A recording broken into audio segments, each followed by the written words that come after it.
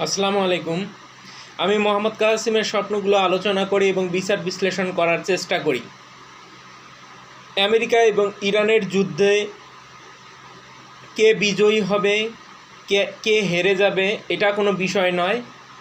বিষয় হলো আমেরিকা এবং ইরানের যুদ্ধে আমেরিকা এবং ইরান দুই পক্ষই ক্ষতিগ্রস্ত হবে, কিন্তু একটা পক্ষ লাভ করবে, লাভজনক অবস্থায় আছে, কারণ সেই বিজয়ী হবে মূলত।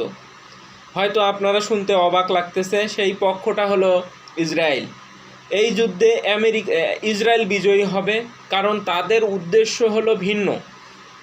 তারা আমেরিকা এবং ইরানকে বিজি রেখে লেবানন এবং সিরিয়ার দখল করে নিয়েছে কিছু অংশ, এবং সেই সাথে তারা গ্রেটার ইসরায়েল প্রতিষ্ঠায় তারা ধীরে ধীরে তাদের আয়তন বাড়াচ্ছে, এবং দাজ্জালের যে থার্ড টেম্পল নির্মাণে তারা এক ধাপ এগিয়ে গিয়েছে।